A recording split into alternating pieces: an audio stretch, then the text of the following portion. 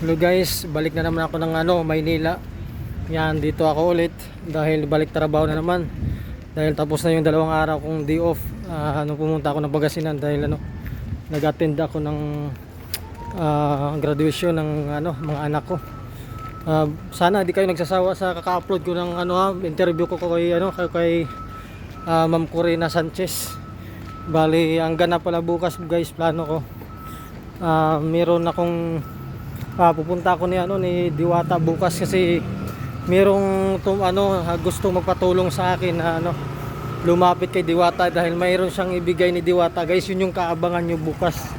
Pass muna tayo sa kay Ma'am Corina kasi abangan pa natin yung part 2. May part 2 pa kasi yung interview namin, yung kumakain na kami doon.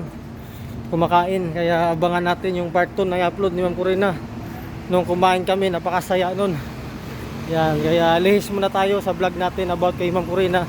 Kay Diwata naman tayo dahil mayroon ng surprise na matanggap si Diwata bukas. Alright, kaya nagpasalamat pala ako sa inyo guys, sa lahat ng mga sumusuporta sa akin, sa mga hindi nagsawang nagsuporta.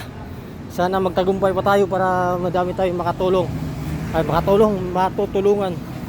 Okay, God bless ating lahat guys. Pasok na ako sa trabaho. Bye bye.